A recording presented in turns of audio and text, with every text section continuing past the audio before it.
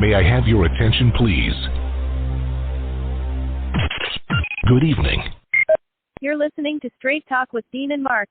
We thank you for tuning in and hope you enjoy another exciting episode of our show.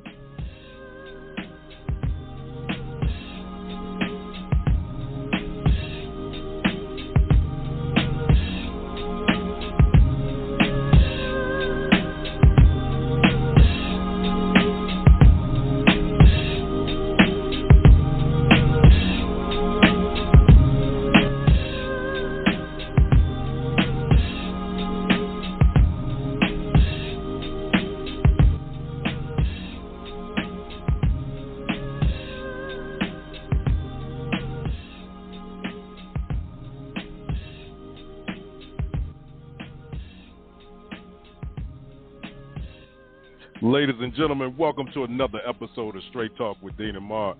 Before I get started, today is that day. 30 years ago, on this day, the positively unique class of 1991 from Petersburg High School, Petersburg, Virginia, walked across that stage and got their high school diploma. So to my classmates, I want to say happy 30th anniversary. It's the 30, y'all. We're going to do it in August, so make sure you check into the page and get the updates. I want to see all y'all down there, so we'll see you when you get there, all right? Don't meet me there. Beat me there, all right? That's all I wanted to say about that. Give a shout-out to my classmates, but before I get into and we get into this show, because I'm waiting for my right-hand man to get here, but I saw this article that said that the remote workers put in longer hours but were less efficient. This is based on a study.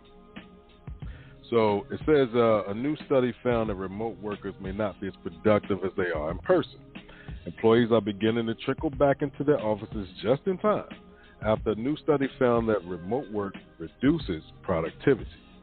The study, which surveyed the remote work habits of 10,000 employees at an Asian technology company between April 2019 and August 2020, found a 20% decrease in output, according to a recent report. Although the workers in work from home and productivity evidence from personnel and analytics data on IT professionals by Michael Gibbs, Frederick Mingle, and Christoph Seamrow seem to work longer hours, they were not as efficient as they would be in a structured workplace. The study found that although the workers spent 30% more time working from home, the productivity fell as they spent more time in meetings with their bosses to constantly outline their responsibilities. The academics also pointed out that the staff at the unnamed firm they studied were involved in particularly challenging work that might be better suited to an office environment. Employees in less skilled occupations, such as making customer calls, might be better suited to remote situations, the study said. The subjects of the study were highly trained and their work involved significant cognitive work, developing new software or hardware applications or solutions, collaborating with teams of professionals, working with clients, and engaging in innovation and continuous improvement. And that's the end of the article. That was real quick, but, you know, it's get back in the office, man. I know some of y'all don't want to go back. Some people are happy being at home, but, man, working at home, you get caught up. You can take naps. You can relax. You can lay back, but you still got to get that work done. So you might want to be careful because, you know, everything's starting to open back up now, and if they get slick with it, next thing you know, they may be trying to cut the pay of those who don't want to come back into work, or who knows what they're going to do. Everything has been up in the air. People have been losing it. You know, mask mandates have been lifted. So, you know, you go in some stores, no problem. You go in other stores, people are looking at you like you're an alien, whether you have on your mask or whether you don't. So everybody's paranoid right now. You know, hopefully one day we'll get back to just we can't even get back to what was known to be normal. Our new normal is what it is now. So just still take your precautions. Give people those 6 feet. Give them their 6 feet. Make sure you keep your hands clean and, you know, keep yourself clean. All of those things that most of us were taught growing up. Now put it into practice if we want to have some kind of decent living out here, all right? In other news, the Supreme Court rejects retroactive sentence reductions for small amounts of crack cocaine. Not surprising. Now, the Supreme Court ruled against a Florida man who sought to have his sentence for a low-level drug crime reduced, holding that a bipartisan push in Congress in 2018 to ease such punishments didn't address his circumstances. So the question in the case was narrow. It arrived as bipartisan majorities in Congress have sought to rethink long sentences for relatively small amounts of drugs. And it sparked a heated debate between one of the High Court's leading conservative voices and one of his leading liberals over the history of drug sentencing and whether Congress should right this injustice, despite the fact that all 9 justices agreed on the outcome of the case. The Associate Justice Clarence Thomas wrote the opinion for the court. Associate Justice Sonia Sotomayor wrote a concurring opinion in which she agreed with most of the court's reasoning, but described the outcome as no small injustice and encouraged Congress to change the law to address similar situations. The First Step Act eased tough-on-crime policies that swelled prison populations and had a disproportionate impact on African American communities. But its language was unclear to whether certain low-level offenders could seek retroactive sentence reductions to lower courts held, setting up a situation where those convicted of more serious crimes may wind up with a more lenient punishment. Tarek Terry pleaded guilty to possessing a small amount of crack cocaine in 2008, about 3.9 grams, and was sentenced to more than 15 years in prison. He filed suit after the 2018 law passed seeking to reduce the sentence. The case involved the interplay of 3 laws passed by Congress: Reagan-era drug statutes, which created 3 tiers of sentencing based on the amount of drugs involved, a 2010 law intended to reduce penalties for crack cocaine, and the 2018 First Step Act. In 2010, lawmakers increased the amount of crack cocaine needed to trigger a 10-year mandatory minimum sentence from 50 grams to 280 grams. In the second tier, carrying a 5-year mandatory minimum sentence, Congress increased the amount of drugs necessary from 5 grams to 28 grams. By raising the threshold for the amounts of drugs required, lawmakers lowered the sentences for many people convicted of carrying a small amount of crack. The 2018 First Step Act made those sentence reductions retroactive. But the complication at the heart of Terry's case involves a third tier, a catch-all that sets a sentence of up to 20 years for any amount of drugs not covered by the others. When Terry was sentenced in 2008, the third tier went up to 5 grams, so he was on the upper end of that range. Now it tops out at 28 grams, and he's on the lower end. Lawmakers in 2010 changed that third tier by default, since the law passed that year amended the 2 other tiers, but they didn't explicitly change the text of the statute as to the third tier. The grant of retroactivity in 2018 applied only to the tiers that were directly amended by the 2010 law. Now, Terry's lawyers said Congress must have intended the benefit of retroactivity for low-level offenders if it offered it to those with larger amounts of drugs, but the provision didn't specifically say that. The Justice Department under the Trump administration noted that Terry faced the same sentence under the old law as he did under the modified one, up to 20 years. Now, the Biden administration took the opposite view, agreeing with Terry. Given this change in the government's position, the Supreme Court found an outside lawyer to argue in defense of the law in May, the final oral arguments of the 2020-2021 term. Describing Terry's argument as a textual sleight of hand, Thomas wrote that the 2018 law did not modify the 2010 law, and so the lower sentences could not be applied retroactively. We will not convert nouns to adjectives and vice versa, Thomas wrote for the court. It also defies common parlance to say that altering a different provision modified the last tier at issue in the case. In her concurring opinion, Sotomayor said she could not agree with Thomas' summary of how the nation wound up with far higher sentences for crack than for powder cocaine. In a footnote, Sotomayor described Thomas's retelling as unnecessary, incomplete, and sanitized. That criticism is a response to one of Thomas's own footnotes, in which he writes that the majority of the Congressional Black Caucus either co-sponsored or voted for the tougher sentences at the time. Let me say that one more time. A majority of the Congressional Black Caucus either co-sponsored or voted for the tougher sentences at that time. While the Fair Sentencing Act of 2010 and First Step Act of 2018 brought us a long way toward eradicating the vestiges of the 100-to-1 crack-to-powder disparity, some people have been left behind, Sotomayor wrote. Among them are people like petitioner Tarek Terry. Several of the First Steps Act authors, including Senator Dick Durbin, Democrat of Illinois, and Senator Chuck Grassley, Republican of Iowa, told the court that it was their intent to cover low-level offenders in Terry's situation.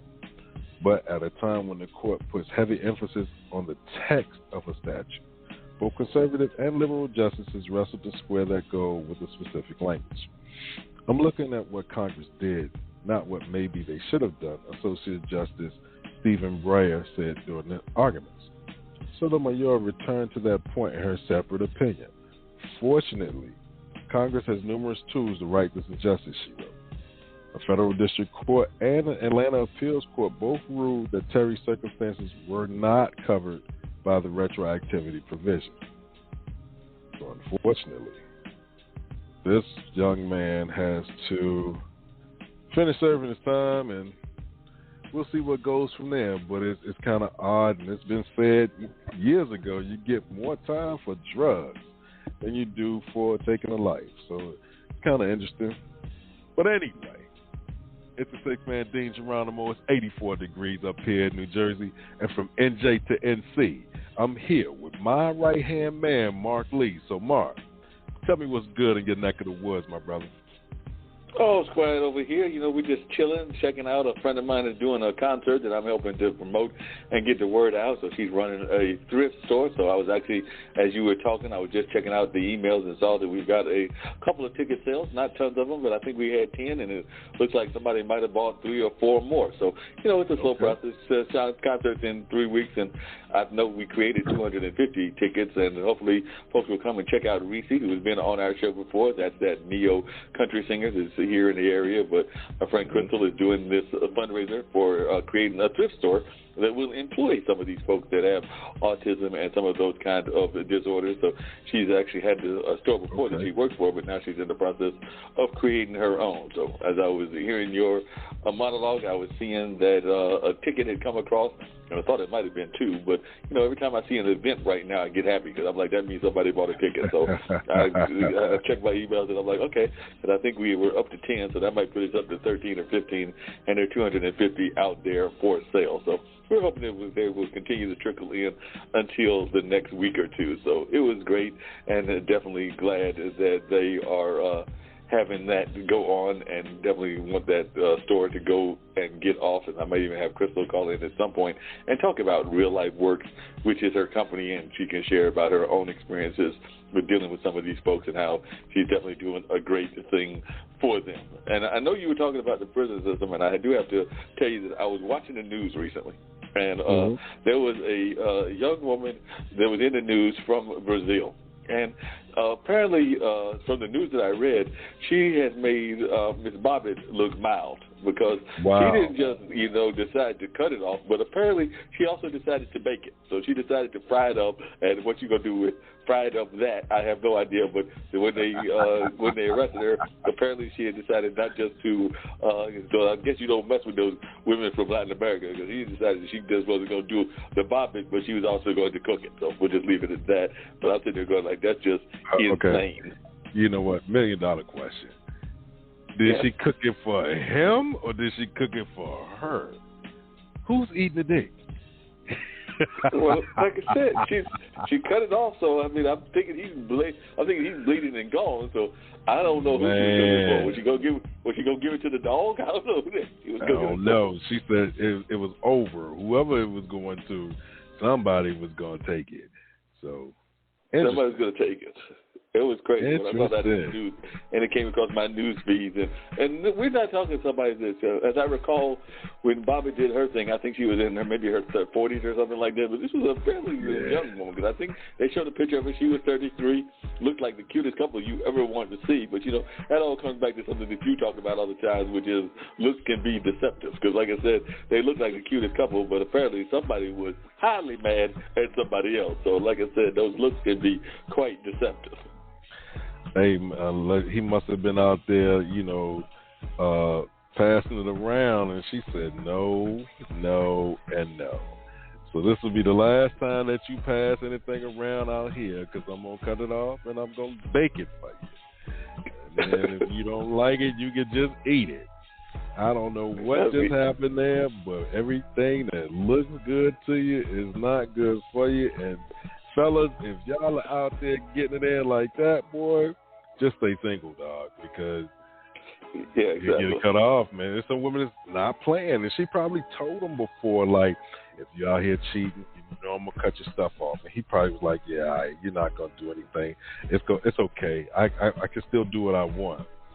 And found out otherwise, and surprise, it's gone. You don't know what you got till it's gone either. So, hey, man, now, if you are still alive, she just made you what some people would call a eunuch. Yep. And then the $1 million question is, hey, dude, how you go to the bathroom? Because it's gone. Yeah, exactly. I don't know what the heck he's going to do now. He just is, assuming, like you said, he's alive or whatever, and I'm not sure. I didn't get that far on the story, but assuming that he's around, he's got some serious things that he's got to try to figure out how he's going to do this and that, because it does not sound like a good situation in the least bit. So I'm trying to figure out how he's going to do anything if he's still around. And if he's not around, then he's going to have some serious explanations to the powers that be upstairs. So you got to have some serious explanation to them, explaining how that happened and what happened. And by the way, on a lighter note, on a different note, I understand that we do have I guess it's a fourth vaccine, because we got a fourth variant. So now we got a fourth vaccine. So Novavax apparently has come out with a vaccine, but now they're saying that we've got plenty of it in the United States, so they might need to send it overseas. And if they send it overseas, then they've got to go through a more complicated process. So it sounds like we're still in the middle of this pandemic, even though folks are saying that it is waning down and all of that. But it does sound like it's a lot of things and moving parts, as they say, and all of that. So we're going to have to find out what's going on and how we can do and make that work for the entire world, and not just the United States or even portions of the United States. Because I understand that we're nowhere near the 50% mark. I want to say that there's still maybe around 45 or 46% of the population has been vaccinated, and there's still a lot of people that are hesitant about the vaccination. So it's going to be interesting to see how this all plays out, including that new government in Israel. So apparently we have a new government in Israel, but definitely the variant is still out there. And the other thing about the vaccine that I saw that was interesting was that they were talking about I'm trying to remember what it was. There was something that caught my eyes, and it wasn't about the variant, and it was, the Supreme Court. You're talking about courts. The Supreme Court has basically upheld the right of a corporation to require their employees to be vaccinated. So I think one of the people had argued that they could not be mandatorily forced to be vaccinated, and the Supreme Court said, nope, they actually can. And they should. So they basically gave them permission to require it at their workplace and all of that. So it was overthrown, I think, earlier today, if not on the weekend. But definitely the Supreme Court came out and was basically like, nah, you are the employee, so they do have a right to ask you and to require you to be vaccinated. Hey, I'm not mad at that. Not mad at all, because at some point, you know, if we have this issue and it could be mitigated or reduced by being vaccinated, go ahead and get vaccinated. You know, some people will still argue, I feel fine, and this is, you know, you still might get it after you've gotten vaccinated. Yeah, but I'll take that chance. You know what I mean? I'd rather be vaccinated and feel some level of protection as opposed to just not being out vaccinated there. and feel none. Right. No protection. And then, you know, what do you do after that? That's a good question. What do you do after that point? You ain't got no protection. Folks are sitting there going like, he ain't got no protection. What's going on with this? And then, I just found out recently, and I said I was going to mention this to you, that one of our festivals is actually going to go on. So, it did not go on last year. It was 100% virtual and all of that. But it does look like this year the Eno Festival will be taking place. So we will be having an Eno River Festival at one of our local state parks and all of that. So definitely got a call yesterday from the festival director, and he wanted to see if I was available to be there as an MC. And, of course, it's one of the ones that I love doing, so I did tell him I would be making myself available, but I did ask him, I did say, are we requiring people to have masks and be vaccinated and all of that? And he did say we were taking all of the necessary precautions according to the state governor, including reducing the size, because I want to say usually it's tens of thousands, if not like close to 10 to 15,000, but definitely tens of thousands of people that come to this festival and all of that. But right now they're going to cap it off, I think, at 7,000. So I think they're going to cap it off at 7,000, and so it'll be basically like a half crowd and all of that. So it'll be interesting to see how this plays out. I guess they're selling tickets now, and apparently the tickets are, I think, going well. So we're going to have a half crowd, and there will be a day of virtual as well. So, this is the age of hybrid. So we will be having a hybrid event. There will be 1 day of virtual and possibly 2 days of live, assuming that, a Delta strain or something else crazy doesn't happen in the next week or two. But right now the plan is for us to be live and in person. So it'll be interesting to see how that all plays out and how this all goes. But I'm definitely looking forward to an amazing festival. I did not have one last year, so it's been 2 years since I've been out at Eno. But, it's usually some good times with some good artists, some good conversations, some good food, and all of that. And, they did tell me that my usual buffet will be reduced because they couldn't get the caterers together in time the way that they have in the past. Wow. I'll have to settle for my non-usual buffet, because usually there's a whole buffet out there and I can really grub down and everything. So I will not get the full buffet. I will get a partial buffet. Well, hey, that's better than no buffet at all. That is true. They could have actually gone that route and said, you know what? Nah, we're not even going to bother to offer that right now. That's right. So, they could have been like, we're not offering any food at all. We are giving you no buffet. Yeah, like eat before you get here, because we may have a couple of food trucks out there, but that's it. There's no problem at all. No, they could have been like that, but they were not that way. They were nice to us and gave us the ability to do that. So definitely looking forward to seeing what happens in that regards, and definitely there's so many other things going on.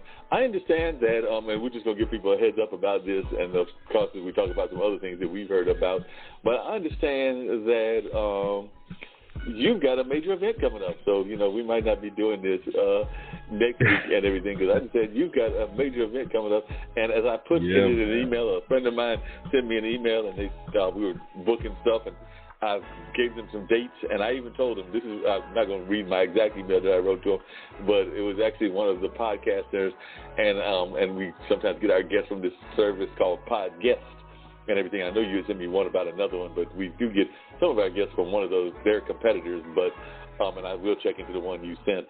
But they said, they said they could not do today, I think. So I said, well, if you can't do today, I can get you on the 28th. I cannot get you on the 21st because my co-host is having a wedding anniversary, and I'm not trying to have him get killed and me get killed for doing something to get him killed. So man, look. I would not Don't look. I would not like to see that situation. It'll be 18 years next Monday.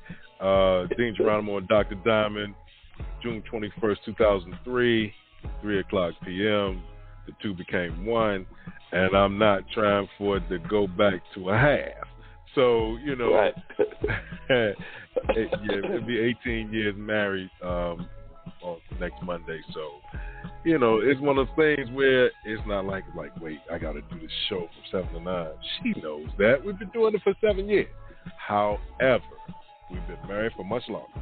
So, we'll hit them with a replay next week. we'll hit him with the replay next week because, that is, celebrating those anniversaries is very important. But, today was an interesting day in that regard because you gave me a call about that.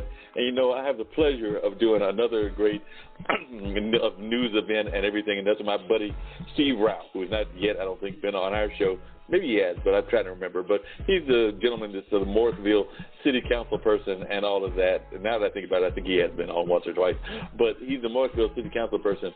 And he did his news brief because we do like a news show from 10 to 11 on Pod TV, formerly IBM TV. But we do it every morning on the weekdays, 9 until 10, and he sent me an email after we did it today because he did it today because he's on a 3-day vacation with his family, his wife, and his kids and everything. So he did do it today and everything between the hours of 10 and 11. And then about the afternoon, shortly after you called, he sent me an email, and he was like, Mark, I need you to take it and maybe do a shortened version. So it might only be a 15 or 30-minute news version tomorrow or Wednesday because I'm not going to be back on until Thursday because I'm on vacation. So I'm thinking that his wife told him that he was on vacation and that he needed to take a couple of days off. So I've not had this conversation with Steve, but my guess based on other conversations with him and based on conversations with you and other people I know that have been fortunate and blessed enough to get those things called wives is that after he did the news report this morning, his wife, after they went on the walk on the beach, was probably looking at the beach and probably looking at him going like, if you think you're going to be on that show tomorrow and Wednesday and we out here at the beach, you done lost your mind. That's what I'm imagining the conversation was, and that's why he sent me an email about a couple of hours after you did saying, Mark, I'm not going to be on because the boss told me I'm not. He didn't quite put it that way, but I could read between the lines. I hear that. He said, don't ask the extra questions. Something might happen. Exactly. I could read between the lines. So I did not ask any extra questions. I just said, I told him I was not expecting to do a full show, so they may get an abbreviated version, but we will see what we can do on Tuesday and Wednesday, and we will have the full version when you come back, because it is really your show. I'm just the co-host. So, like I said, in that case, I'm just the backup. So I will do what I can as your backup, but I do expect you back in place and all of that. So definitely that was just fascinating on that part. So I'm sitting there going like, wait a minute. Both of my hosts, or at least two of my hosts, are pulling out because the spouses have set down the law. Hey, man, it's not even putting down the law. It's just being smart about this whole situation. And see, I don't blame you. Once you learn, people will say, happy wife, happy life. Nah, it's happy house, happy spouse, man. And you take the other person's interest and you promote their stuff, they promote yours, but you also make time for them. So it's only right. It's one day, and then we go back to doing what we do. You know what I mean? This is the 277th show, so you'll get 278 on the 28th. On the 28th, because Dean's got to do what he's got to do in order to stay sane and happy with his wife, and I cannot blame him for that in the least bit. Speaking of people staying sane and happy, we had some people going into a whole conference, and we didn't have one during the Trump administration that we were part of, but apparently we had a G7 conference, and I still don't know what they accomplished, other than the fact that they didn't accomplish anything except for talking to each other. But I don't know what you saw on the news, but I'm still trying to figure out what they accomplished in terms of climate change, in terms of even this pandemic, and a number of other things. Because I saw a bunch of guys sitting around talking, mostly white guys from what I could tell, but they were sitting around talking, and I didn't really see a lot of answers and things that they gave back to the community. But maybe you saw something that I missed. So I'd love to get your read on what went on with the, what do they call it, the G7 conference. Because I'm sitting there going like, okay, it's a bunch of white guys sitting around talking, but I don't know what they're saying or if they're getting anything actually done. I do know that they upset a couple of groups, because I understand that there's the Irish people apparently got mad at the English guy, and they did a couple of things, and there might have been some other people that got upset, like maybe Brexit and a few other entities. And then I also understand that even though it didn't involve the G7, that some of the conservative people in the Catholic Church are upset at President Biden, and they're trying to force the Vatican to issue some sort of statement about abortion and basically force his hands, because he's already said that he's pro-life, but he's also very much of a raised Roman Catholic, and the first one that we've had in about 60 years. But he's like, no, I'm not going to change my views and my attitudes because y'all got an attitude about a certain issue that does not agree with mine. So I think that they were trying to force his hand by getting the Vatican to force his hand, and the Vatican was basically like, no, believe it or not, we are the Vatican, and we do have a separation of church and state even here as well. So apparently some of our conservative U.S. Catholics are trying to force the issue and get the Vatican to make a radical statement that basically would not allow Biden and anybody else with pro-choice views to get communion. So they're going to hold back communion because of the views. So they're going to sit there and be like, no, y'all have been bad boys. Y'all can't have the communion. You know what? That makes absolutely no sense. But stranger things have happened. I would like to know what the Vatican is hiding from the world. That is what I want to know. You know what I mean? Like, you see it, and they allude to it. Wait a minute. Wait a minute. Are you trying to say that the Vatican might be where Jimmy Hoffa's body is? Because, I was thinking that it was over there at the stadium, but then we tore up the stadium and they never found it, so that ruled out the stadium. So now you're thinking that it might be over there in the Vatican. You know what? Along the guy that dropped out of the plane, and they never found his body either. D.B. Cooper. I think D.B. Cooper broke his neck somewhere out there in the woods, and the animals ate his ass up. That's what I honestly think, because you didn't steal enough to live for the rest of your life. So at some point, that money had to have dried up, but it actually dried up when he probably fell and broke his neck. Like I said, he's out there and he's done. And you know what, Jimmy Hoffa, they probably burnt him up too somewhere up there in the Meadowlands. That's a lot of marshland up there. So I doubt if they would have buried him under the stadium, because that's something that, eventually, as we saw, they tore down the old stadium and built one right beside it. So now they say, okay, he's not in there. But did you check that marshland between East Rutherford and New York? There's a lot of wetland up there, man. So it's possible he could be anywhere up there. Oh yeah. He just magically disappeared one day. And people don't run away. I guess some folks will still claim that Elvis is still alive. They found him dead on the toilet. Other people will say that Tupac is still alive, and he got shot up, and they did an autopsy on him.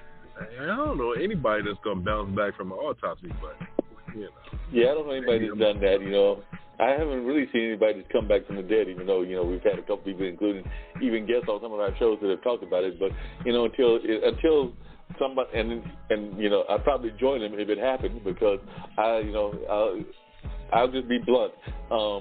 If somebody walks by, and I've had a couple of friends, and I've even mentioned some of them because some of them were people that I had a great deal of respect for, but if one of them knocks on the door or comes through here and they look like they are still themselves, I mean, if they look like a spirit, that's one thing, like if there's like some voice that I hear or some spirit thing, then I might be able to deal with. But if they walk through the doors and they actually got footsteps and I know that they're gone, I'm probably going to be joining them, because there's going to be a very quick sort of thing happening in my body that's going to probably cause me to join them if they walk through after, and particularly if I've seen evidence that they're gone. Like, there's some folks that they're like Elvis. I wasn't there. I wasn't even at their services or everything. So if they walk through the door, I might be able to buy it because I wasn't there and I never saw the body or saw the end stage and everything. But there are some folks that I was there. So if they walk through, like if my grandma walks through, I was there and I remember that. And there's some others even in my life. So if they walk through and they're like, physically talking to me, I'm going to be sitting there going like, okay, I might have to be joining you up in the by and by, as they would say, and everything, because I'm not believing what my eyes are seeing. You know what? I'm just going to take off running, man. I'm out. I don't even want to wait to see what they got to say, because I know. And like I said, if I was there and I saw your body go in the Well, you know how they close the casket up. Right. They lower the body down in there to close the casket up. I saw you get buried. Nah, I'm out of here. And then my first question before I run, though, would be like, all right, so you've been gone since whatever year. Why come back now? You know. Yeah, why now? and you know, I'm like, listen, here's my phone. Say the answer into the phone because I'm gone. And I might come back and get it. I need you to post it to social media. I'll give you a quick training because I need to get away from you as fast as I can because something's not right. And either I'm hallucinating or this is real. And if this is real, this is impossible. And if this is impossible, you know, maybe nobody else is going to die. But I'm not trying to wait around. But Dean, hold on a second. Dean, I got to back you up on something that you just said because, you know, we don't oftentimes have these kind of conversations, but you did just make me crack up and laugh here because, Dean, I want you to hear what you just said. You just said you were going to run. You just said you were going to give them the phone to leave you a message.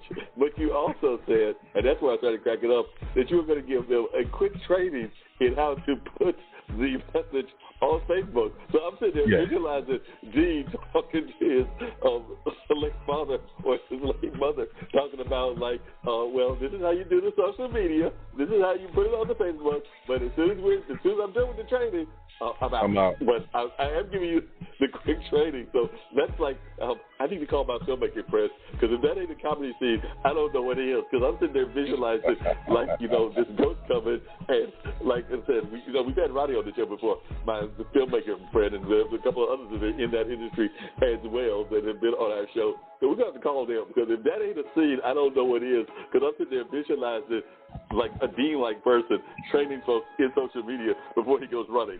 So it's like, I'm out of here, man. Facebook. I'm going to show you how to put it up.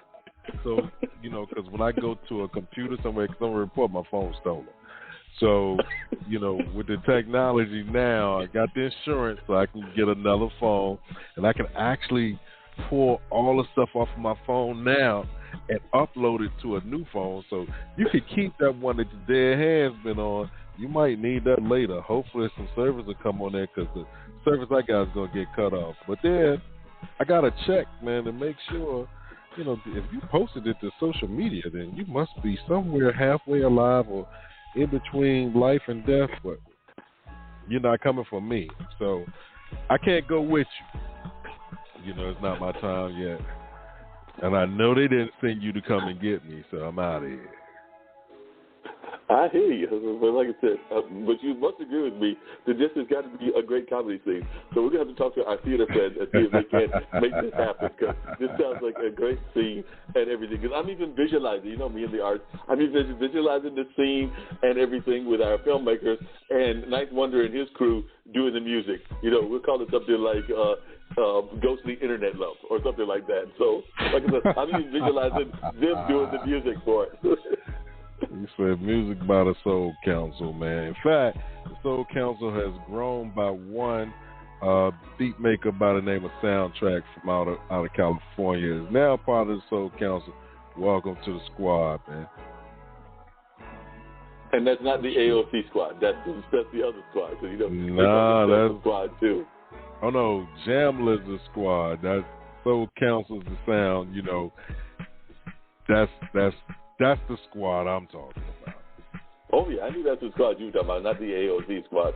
Even though the AOC squad is cool, too, but we were not talking about that. We were talking about the Jamla squad and all of that. So definitely Jasmine may do it. Jasmine, who is a great neo-soul singer, and definitely done some amazing music. She may be joining me at the Eno because I did get asked who I would recommend to go there and everything, and I mentioned Jasmine, I mentioned Reese, and believe it or not, it's been years since she's been there, but it's my understanding that Shirley Caesar may be there as well. So I just recently learned that Shirley Caesar will be playing the festival on the 4th of July, and ironically, it was her people that called the festival because they called it, as my friend Greg said, all I could do was like, yes, ma'am, yes, ma'am, because apparently she had played the festival before, but it's been years since she had played the festival, and somehow word got to her management and her management team, and it was something to the effect of, so I understand y'all are having a live Eno festival.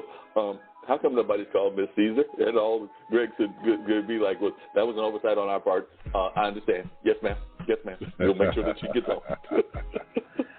So just make sure everything's in place and where it's supposed to be, right? Yeah, you know, there are certain icons, speaking of folks that are iconic and legends, there are certain icons that when they call you and they say, why haven't we been invited, you don't ask any questions. You just make it happen, like I said. And that's in all fields and everything. If Branford calls and he says he ain't been invited somewhere, you know, he's an icon in the jazz. You just go with it. You just like, yes, we'll make sure that you get on. The same with Buddy Guy in the blues. The same with Bootsy Collins and George Clinton in the funk. There's just certain folks that if they call you and they realize that they have not been placed on something and they want to be placed on it, you just go ahead and you just say, we understand. We will make it happen. So, like I said, I know that a good friend of mine is always talking about the fact that there has been no funk at the Super Bowl. I would argue with him that all he needs to do is get George Clinton or one of the fathers of funk to call the Super Bowl and basically tell them that. And I think that problem will be quickly solved because, you know, if a legend calls, you just answer the legend. You don't answer any questions as to why they called you. So, like I said, you know, I think that, and this is my philosophy, but I think if George Clinton calls the Super Bowl planning committee is like, I want to play the Super Bowl, I think those people will be like, George Clinton just called us. I think we better make that happen. Yeah, you better do something, right? Yeah. That's what I'm thinking. So there's just certain icons. If they call you, you don't argue. You just get it done. Yeah, out of respect. Out of respect. It's about respecting the skill and respecting the amazing things that they have done, and they have definitely done some truly amazing things and all of that. So definitely we're gonna have to find out how that goes and what happens in that regard. And by the way, I understand that. And I did send a message to another person as well because we do have a young lady from Pennsylvania, Renee Reynolds. So I did send her a note via Patrice Hawthorne, who is one of the Peaches and Herb. But they're trying to get some of their friends on our show. So we should be getting a Miss Pennsylvania Universe calling us in the near future, as well as Cindy Cooper, who is a artist as well. So she's giving us a bunch of folks that she feels we need to talk to about their musical careers, including Victor Jones. So we might be getting some renowned artists calling us in the month of June and July, thanks to one of the Peaches from Peaches and Herbs. So she's doing her part in getting the word out about things of that nature and trying to let folks know the amazing things that we're doing on this platform and definitely letting them know that they have a place to have their voice heard as well. So definitely keep that in mind and definitely looking forward to some more amazing conversations with the various people that we're reaching out to in all fields and all of that. But, yeah, I'm thinking to myself that the world has turned upside down still, and we still got folks that are not wearing masks and other things. So how are things going up there in Jersey? And how's the weather there? Because we've been downright hot down here, like 85 and sometimes feeling like the 90s. So I was just wondering what's the weather like there and everything. And exactly what are you doing for that special occasion? You know what? I'm still trying to figure that out. I got 7 days. Well, actually, I got 6 now. But we're going to figure out something, man. But to answer the other question, it's about 77 degrees up here now. It was like 85 earlier. But it's also a thunderstorm watch. So, you know, just waiting for that to come and go because tomorrow we'll be here and we'll be back at work.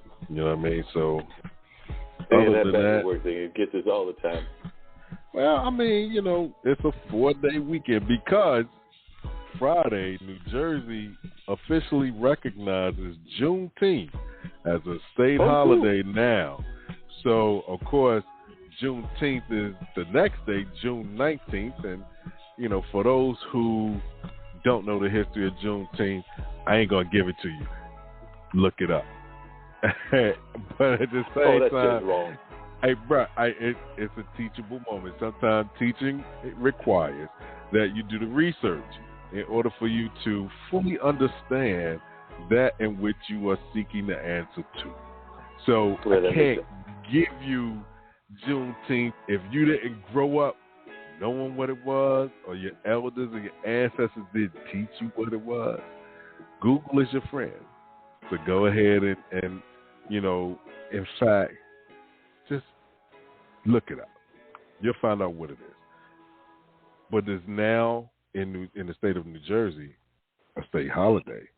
So we're off Friday. Then Juneteenth is Saturday. Sunday is Father's Day. Right. Today's my anniversary. So, we got we got a nice little weekend coming up. You got some holidays left and right. You're just having a good old time. On one of the shows I did, it was actually Mullins. There was a young gentleman. He's part of the old Bourbon team, so I don't think he's called on our show in the past, but he actually is an ESPN worker. So he's actually been in ESPN for a number of years and all of that. But he was telling me that we were sharing some of the wisdom about how they've been doing some of the announcements from their houses and everything. But he also had a prediction. He's predicting that for the NBA Finals, it's going to be the Phoenix Suns against the Milwaukee Bucks. Not what I wanted to hear, because y'all know I'm rooting for the 76ers. But he's thinking that with Kyrie out, that the Bucks will get past Brooklyn, and then they'll get past Philadelphia, and he's thinking that Phoenix is going to eliminate whoever they got to play next, because they just dispatched Denver like Denver was nothing. So he thinks it's going to be Phoenix against Milwaukee, and Phoenix will be your NBA champions this year. But like he said, he did say he has no crystal ball, and he has no proof of this, but this is what his gut is telling him. So we're going to see if Mr. Tucker is right or not. But he is predicting that it's going to be Phoenix against the Bucks. Wow. Hey. Well, when was the last time the Bucks went to the NBA Finals? Maybe when Lou Alcindor was there. Wow. Let me look that up. That was before. Now that was before he changed his name. That was. I want to say it was when Lou Alcindor was there. You notice I did not say Kareem Abdul-Jabbar because he wasn't Kareem at that point. Tonight he was Lou Alcindor. Right. Right. Let's see, Milwaukee Bucks 1971. in the NBA Finals. I am looking up now. They won the championship 1971.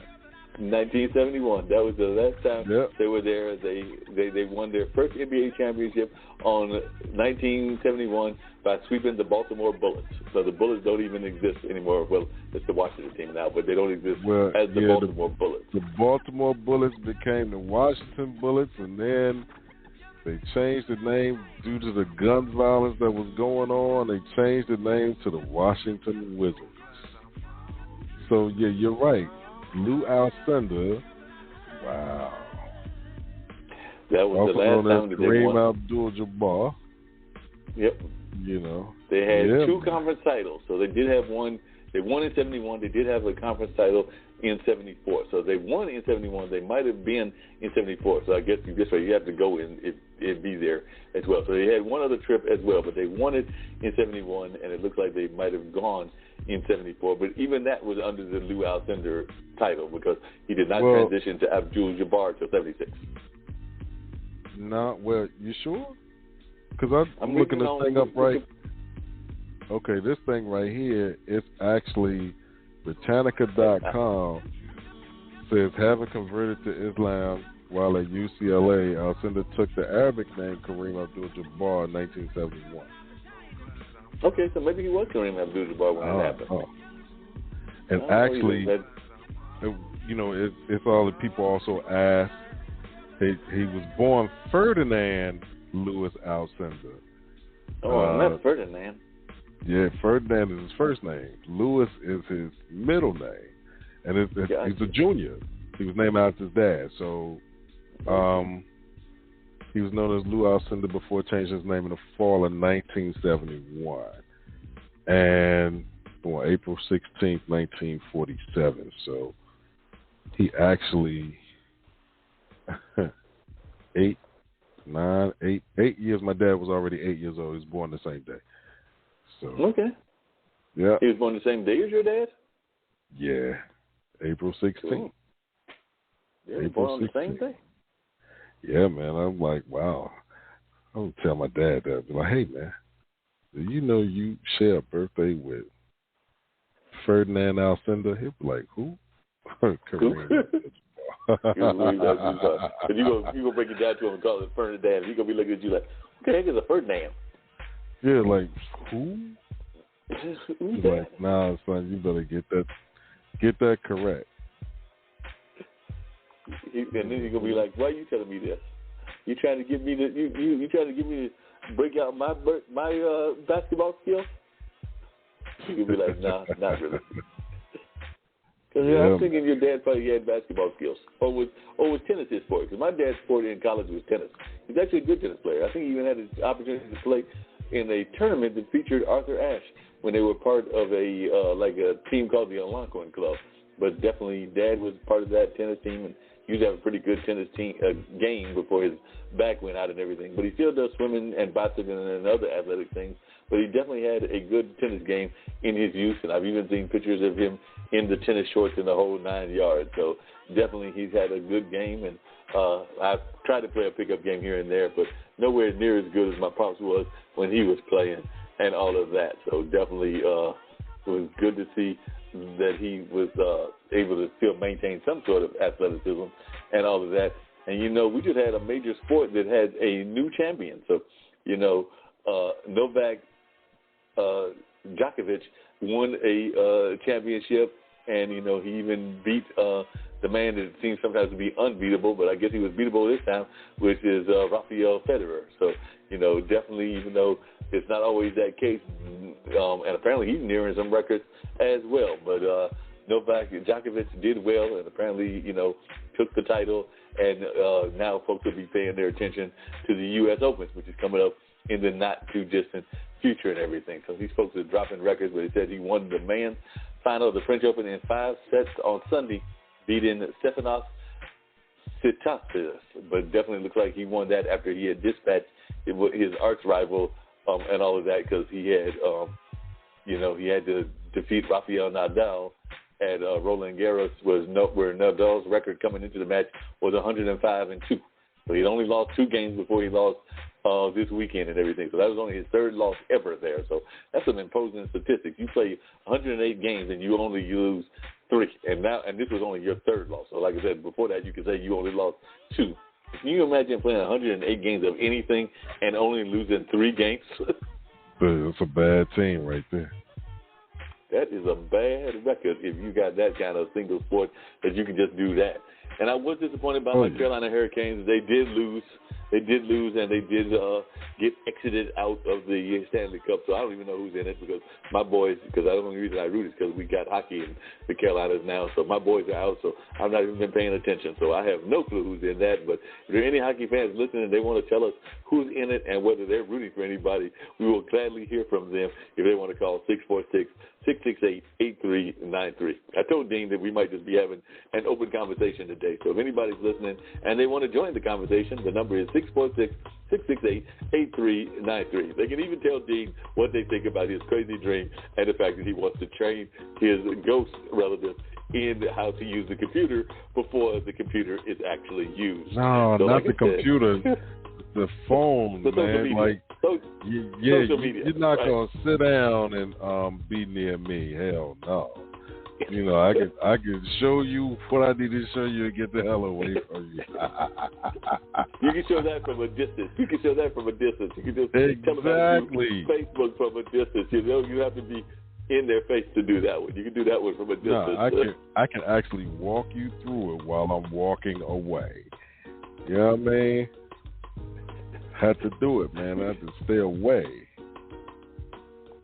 So you can just sit there and walk away while you're actually doing it and all of that. So you'd be like, what you do is you write the post, and then you do this, and you do that, and the whole time you're saying that, you just keep walking away.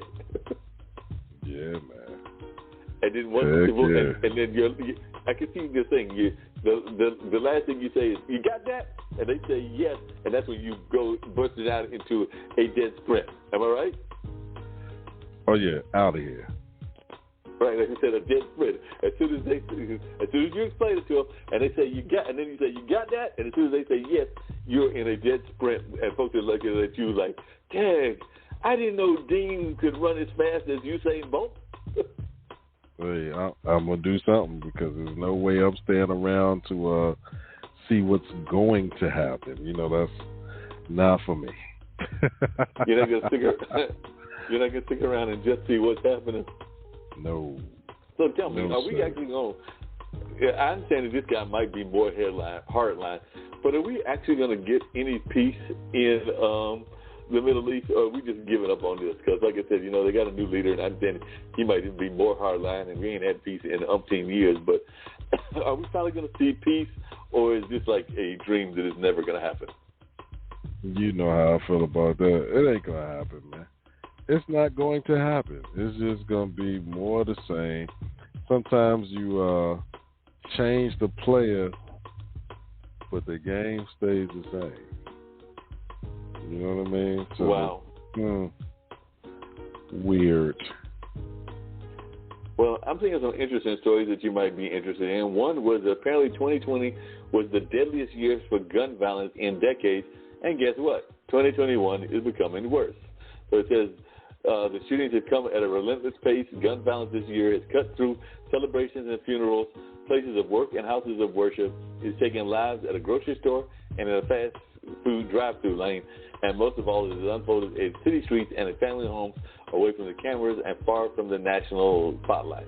By almost every measure, 2021 has already been a terrible year for gun violence. Many fear it will get worse.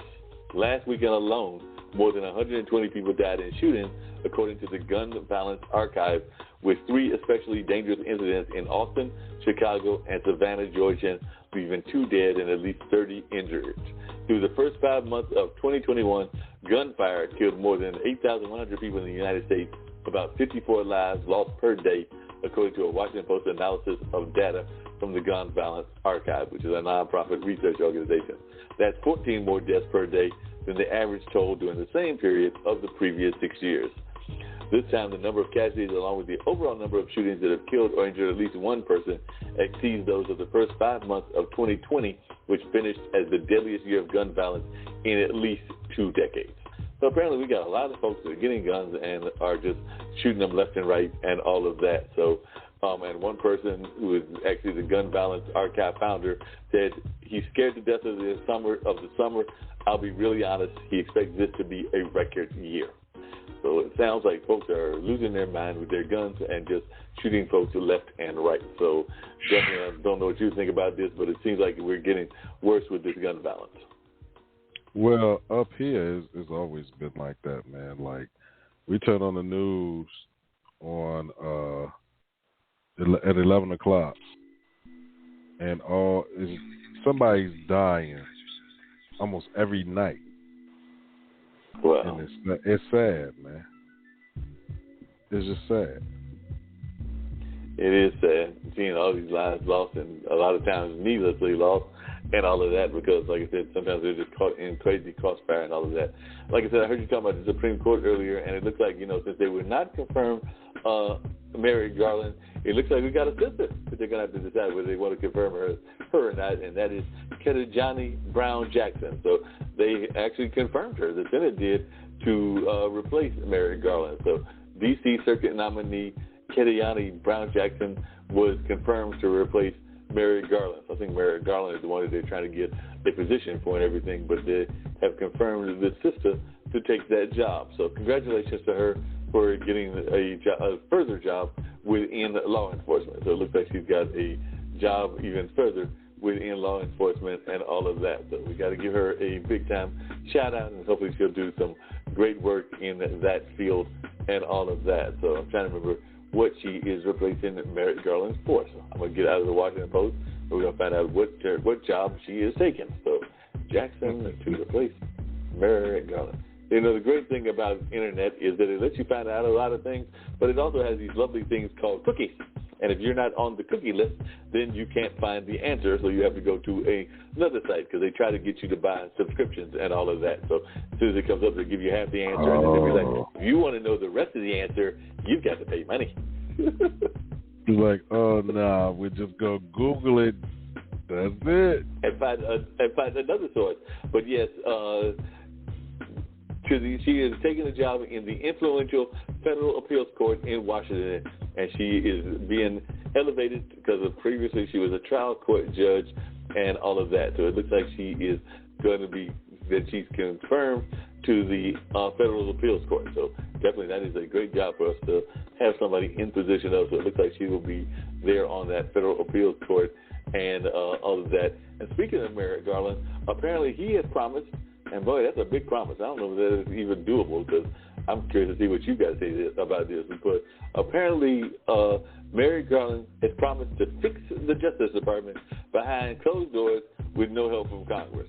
So it sounds to me like I could be wrong, but if I'm reading between the lines, I'm thinking there's going to be some major cleanups in office. So if there are folks in those jobs and they think they're safe, I think the sheriff is coming to town. Because it sounds to me like that's a opening, what do they call that? An open volley, basically saying, I am Judge Garland, and if y'all ain't careful, I will convict y'all. So it sounds like Merrick Garland is about to go in with guns blazing, and you're going to take some folks out if they've not been doing their job. So as a matter of fact, he exactly said, as I stated during my confirmation hearing, political or other improper considerations must play no role in any investigation or prosecutorial decisions.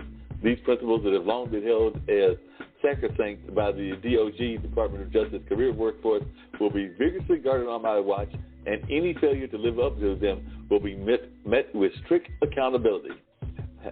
So CNN has reported that career prosecutor Jocelyn Valentine requested and was granted a subpoena for Apple for metadata on 73 phone numbers and 33 email addresses associated with Democratic members of Congress, their staffers, and their families. So it looks to me like all kinds of people might be in trouble, including some from both sides of the aisle. So it looks like Garland's coming in with guns blazing, and I think those guns might be aimed at all kinds of targets. Wow. Well, we'll see what happens. Let's see if you can get that done by yourself, right? Nobody's able to do anything by themselves except for the last guy in the White House. He single-handedly dismantled the whole damn country. And,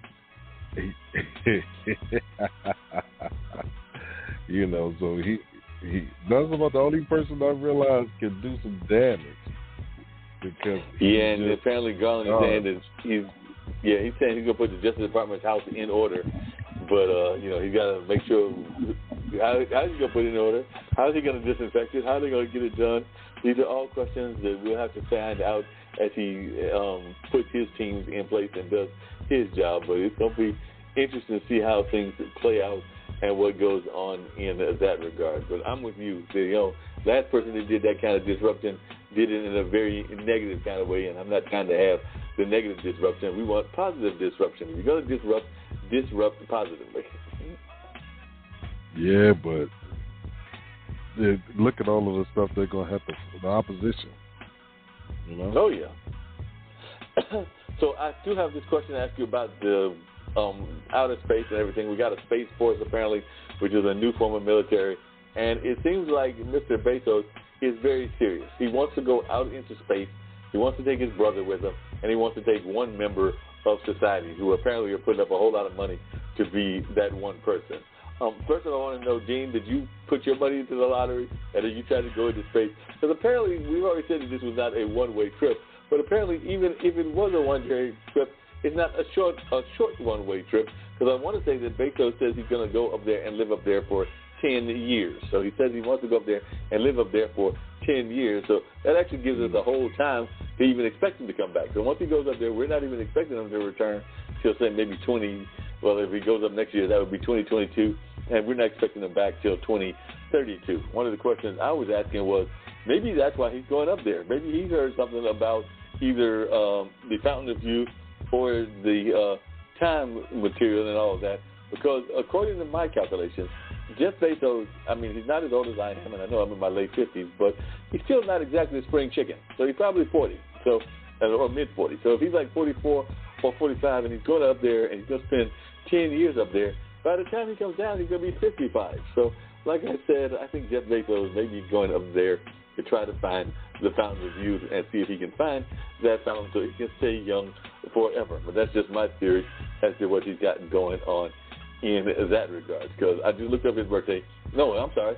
He's already old. He's already 58, so he would not be coming down till he's 68, because I just looked him up, and it says that Jeffrey Preston Bezos is an American business magnate, media proprietor, and investor. He's the founder and CEO of the multinational technology company Amazon, and he was born January 12, 1964. So that makes him 57 years old. So if he goes up next year, he'll be 58, so he will not be coming back till 68.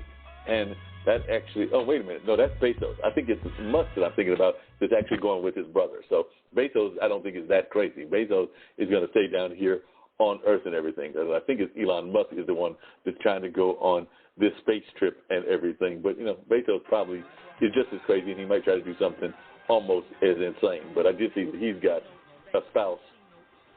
You know, well, he had a spouse. He's got a partner. Because, you know, Wikipedia tells everything. So he had a spouse that he was married to until 2019.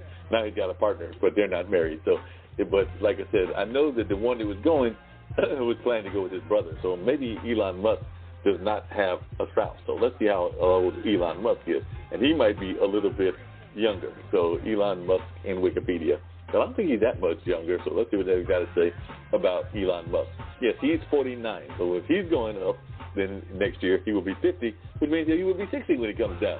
So yes, I personally think Elon Musk is trying to find the fountain of youth. Go stay up there. Musk, I ain't going. So just have him stay up there, just live up there. Just well, stay he's up already there. done something crazy. Well, and he's disparaging my sign. I'm really getting upset now because he is a fellow Cancer. He's disparaging my sign because his birthday is actually coming up. You know, oh, guess what? We have to send a birthday gift when you come back from your anniversary because apparently his birthday is on the same day as our next show. Wow. His birthday is June 28, 1971. So he will turn exactly 50 on the day of our show. You know me, Dean. Now, you know me, Dean. And you've learned by now, I'm crazy enough to do it. I'm going to send an email to Elon Musk. I doubt he's going to respond because we do have other guests scheduled. But I am going to send an email to Elon Musk asking him would he like to come on Straight Talk with Dean and Mark on his birthday since he's over there in South Africa. And our next episode is going to be on the 28th. I might even send it to some of his family members in case he doesn't want to come because he's got a family member. Most of them have normal names, like, you know, Kai and Damien and Xavier and Griffin, but he's got a son or something. It looks like the name is a bunch of computer keys because it's got X, A, E, A, X, and what looks like double I. Oh, so I'm pretty sure goodness. that that's like some computer symbol or something like that. I don't even know how you pronounce that, much less I was getting ready to say that's the stuff you can't pronounce, man. It's going to get in school. You know what? Hey, y'all, just say no, man. That's what bad drugs do to yourself. You know, but no, honestly, seriously, though, you know, people are unique, man, and they'll make up a name with a whole bunch of letters and tell you it means this, it says this. And the only thing you can do is go with it and hope that all you don't get... All you can do is go with it. Apparently, the kid that he had this thing by, the kid that he had is 1 year old and everything. And we're going to try an experiment right now because, you know, we're having fun on our show and this is just kind of one of the roundtable ones. So we're going to try an experiment. I don't know whether this is going to work or not work because I don't know how good my phone speaker is and everything. But we're going to try an experiment because apparently on YouTube, he put out a YouTube that explains how to pronounce his youngest son's name. So I've actually took the phone off the charger so I can put it closer to everything. And we're going to see if we can actually hear Elon Musk explaining how to pronounce this son's name. So I'm going to pull up the YouTube and we're going to see if we can actually hear what he's got to say because he's going to try to explain to us how to pronounce the name. Yep, that was part of it. Let's see if I can get it to actually go. Oh, hold on a second. I think that was the wrong one. All right, yeah, that's the way wrong one. We got to go back to the other one because we were getting ready to find out how to pronounce the name. We've been talking about Elon Musk and Prime New Baby Boy all week, and we officially have a pronunciation from Elon Musk himself. On Thursday's episode of the Joe Rogan Experience podcast, Musk explained that it was Grimes who mostly came up with the unique name, and here's exactly how to pronounce it. Take a listen. It's just X, letter X, and then A is passion. Yeah.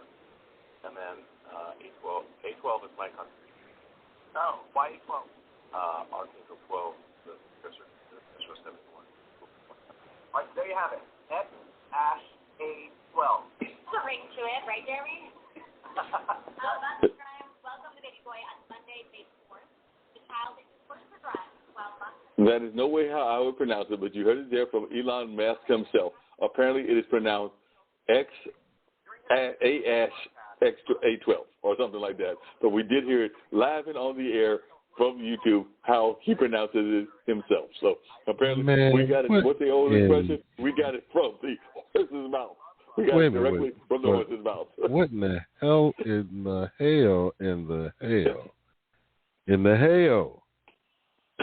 that? I'm just asking. And how do you? The child is 1 year old right now. So in 5 years, and I know that they go to private school, but even in private school, they will rag the hell out of you and everything. And I did go to a Jesuit private college, so even though I did not have the private school experience on my elementary school, I did have a couple of years or a year and a half of homeschooling, and the rest of it was all in public schools. I went to a private university, so I've heard about the experience of private schools from friends of mine, and I know that they rag just like anybody else does. So can you imagine in 5 years how you even going to explain that to anybody, your pronunciation of your name? I think at that point you just going to be like, I think that he's going to do like some other famous folks have done and just going to go by his last name. My name is Musk. He's not even going to try to. I don't know. Just call me X. You know what I mean? Like, yeah, just call me X. Yeah. What does it stand for? I don't know. My parents was on that bullshit when they were giving out names, and I can't pronounce it. They keep trying to tell me it's all of this other stuff, but I'm going to just go ahead and say call me X. Just call me X. Mm-hmm. You know, those folks, when they get this and everything. Oh, and coming back to, because I was right, I mean, I did know that Elon was trying to go up into space and everything, but apparently, I got to come back to Jeff Bezos, and I did want to get to Elon Musk with the crazy name. And both of them are trying to go to space. So I was correct in saying that earlier. So I was not totally incorrect. But Jeff Bezos is definitely putting some money into going into space. And he is another one that apparently has lost his mind with all the money that he's got as well. Because Jeff Bezos' rocket company, Blue Origin, this weekend auctioned off a spot on the first manned space flight. So, and this is what I was hearing earlier. So I believe that this was actually this weekend that this happened and everything. So they auctioned off a spot for the first manned space flight.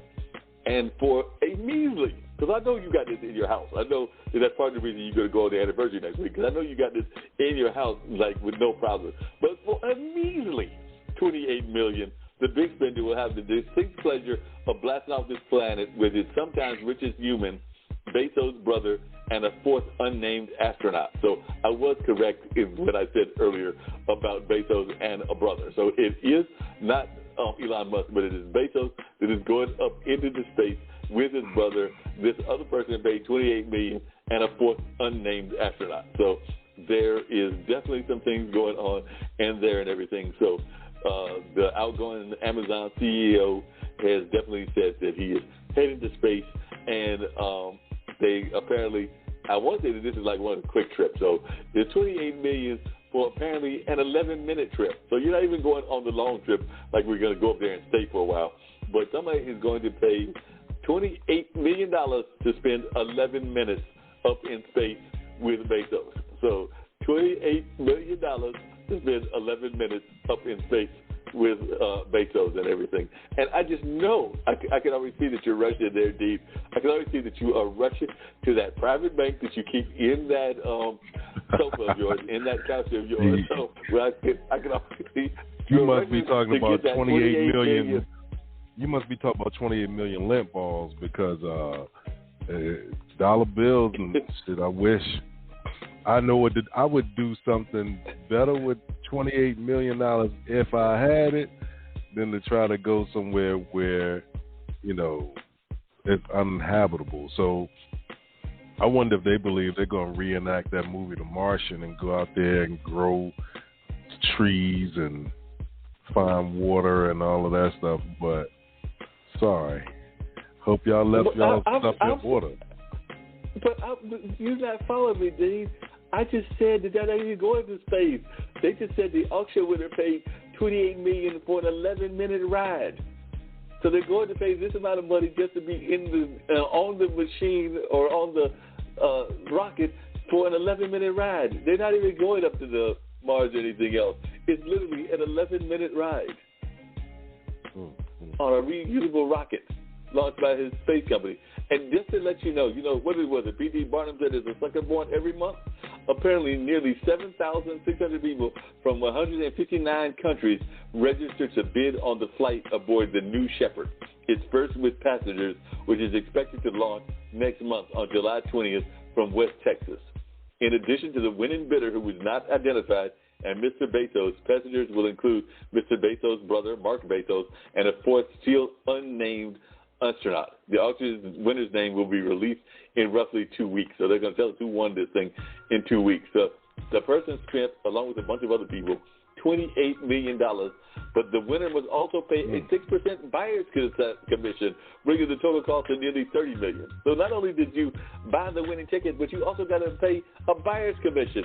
So you're really paying $30 million. And the month-long auction took place in 3 phases. The first with online bidding where bids were invisible, which ended on May 19th at $1.4 million. When the online bidding became visible, the ticket reached $4.8 million, a price at which live online bidding began, and the proceeds from the winning ticket will be donated to Blue Origin Foundation Club for the Future, a science and education charity that aims to inspire future generations to pursue careers in science, technology, and math, and share an interest in space exploration.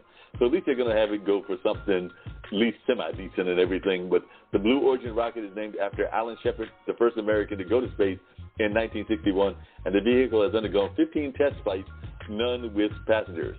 New Shepard is designed to take 6 people on short, suborbital flights, rising above the 62-mile altitude generally required at the edge of space, but then immediately coming back down instead of accelerating to have the high velocities needed to enter orbit.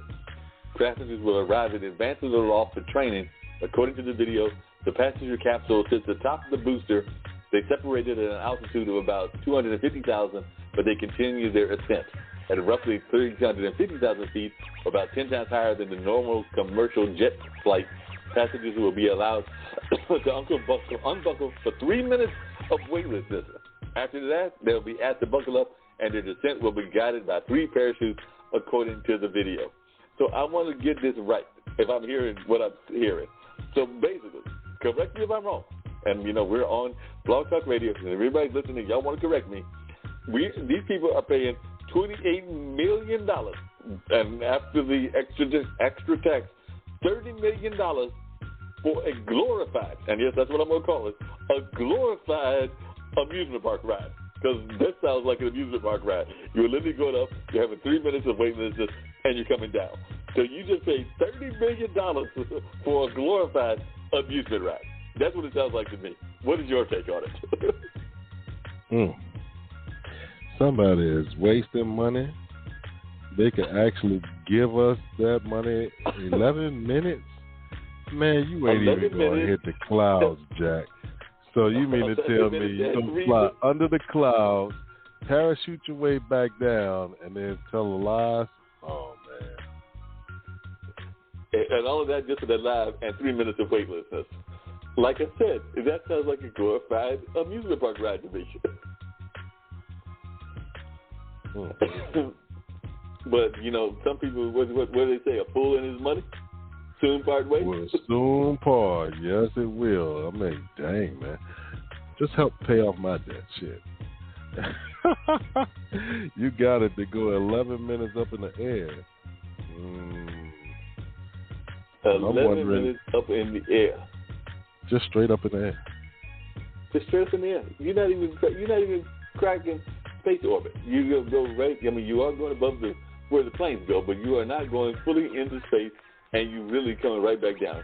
The only thing you get out of this is 3 minutes of weightlessness. Do you know how fast 3 minutes go by? Hell.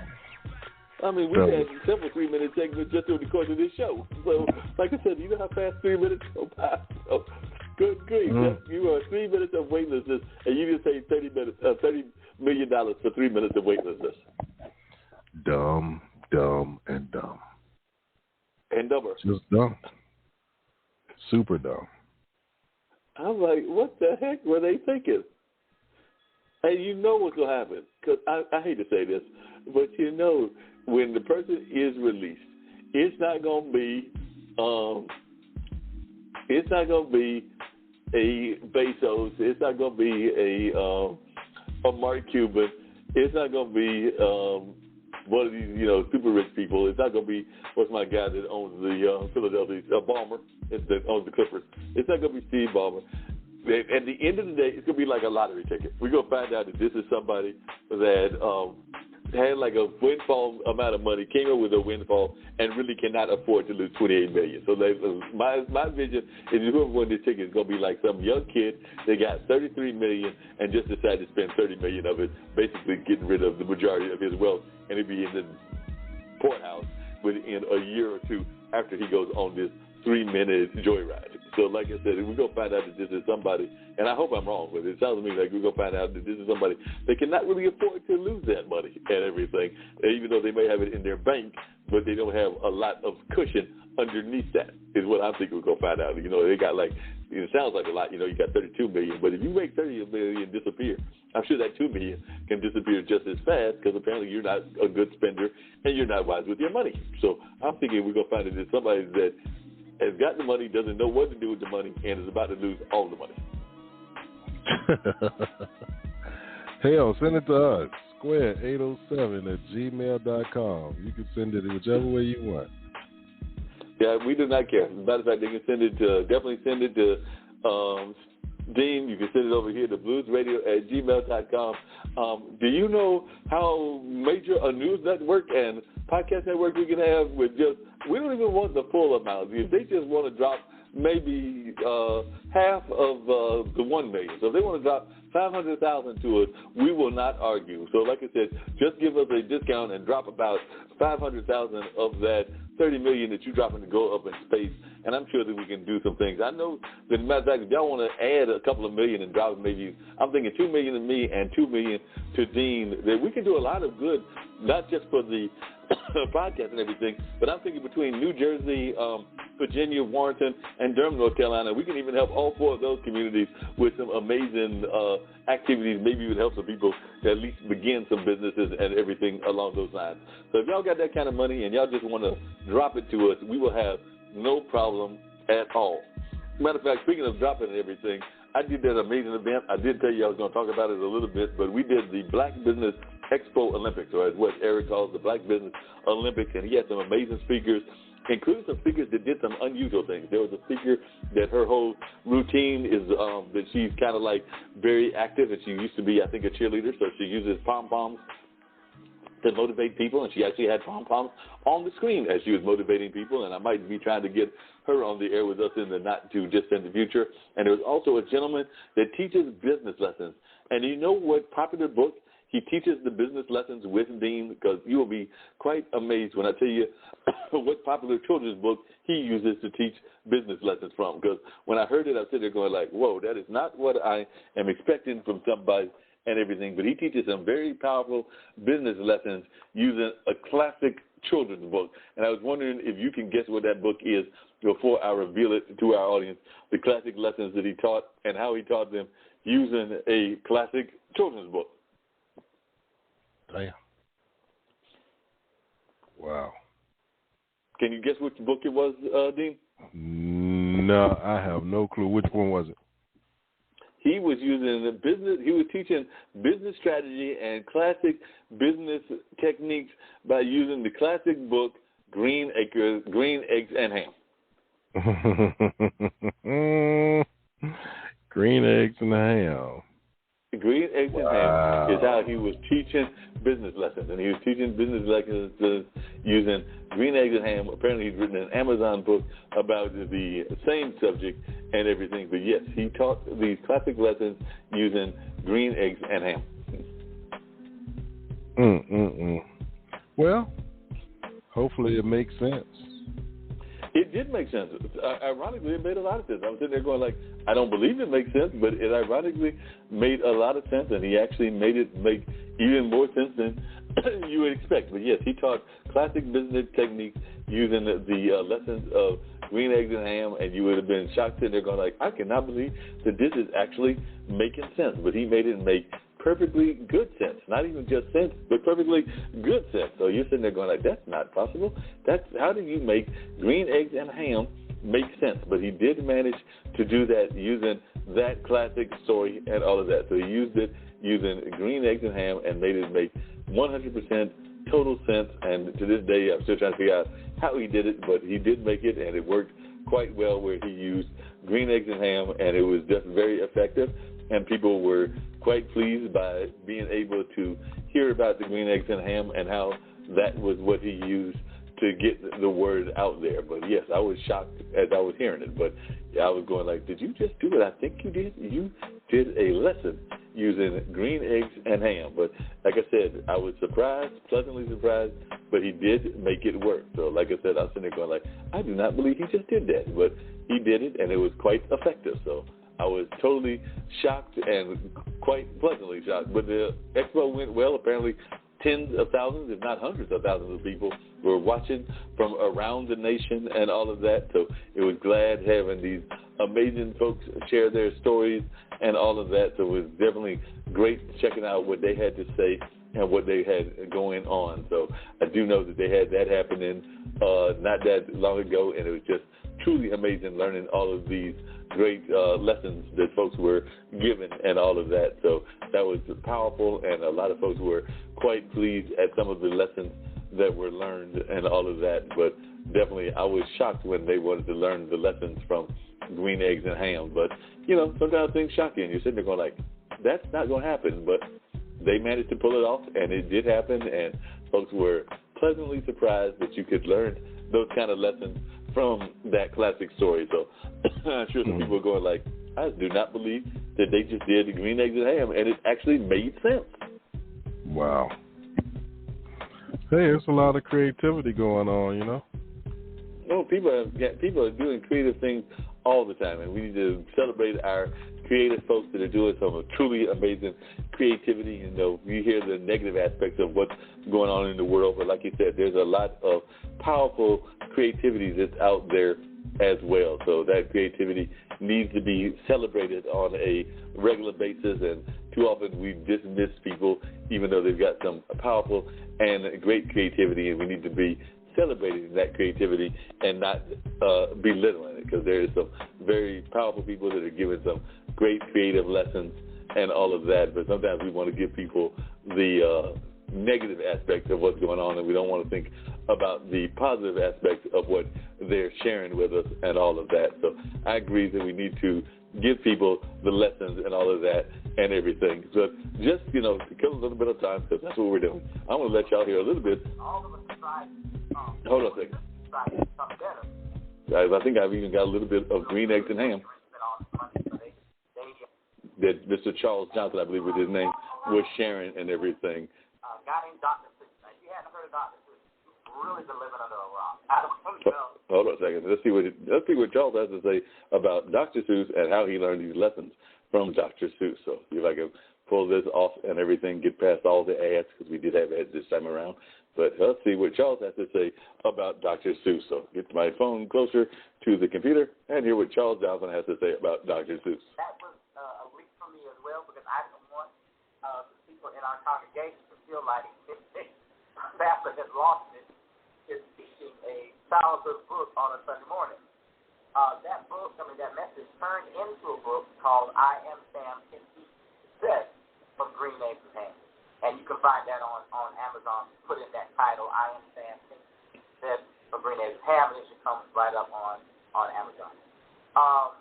But I want to talk to you about some of the really dynamic issues that this book brings up. And my focus today is discovering your own green eggs and ham, green eggs and ham effect. We're going to do PowerPoint and all that kind of stuff is great, but I wanted to actually read the book to you. So while you're sitting there, you may be writing and taking notes. As I'm talking, some things are going to come to mind. I want to encourage you to actually write those things down, because that's going to be the impetus for some of your ideas, be it marketing, be it advertising, ministry, be it a book that comes to your mind. So I ask you to take the time to get a pad, pencil, and start writing down some of these notes as I am talking. The book opens. The book actually opens. And I'll do my best to to kind of show you some of the pages while we're going through it.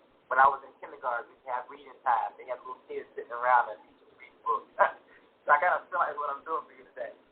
But it comes around, Sam comes around the corner, and not most people really see if it shows up backwards or not, but you see Sam coming around the corner. And Sam has a sign, and the sign says, I am Sam. Now, you can tell he's already come around the corner, like he's already had a conversation with someone. And he's coming around the corner, riding this strange-looking little dog horse thing, and he's happy. And he's saying, I am Sam. He is announcing to the world who he is. That he is he's who he is. He's not trying to be somebody else. He's not trying to present himself as something that he's not. He's saying, I am Sam. One of the first places you're going to find your greatest success is when you realize who you are. If you're going to write down a note, you can start here, that authenticity is key. Authenticity is key.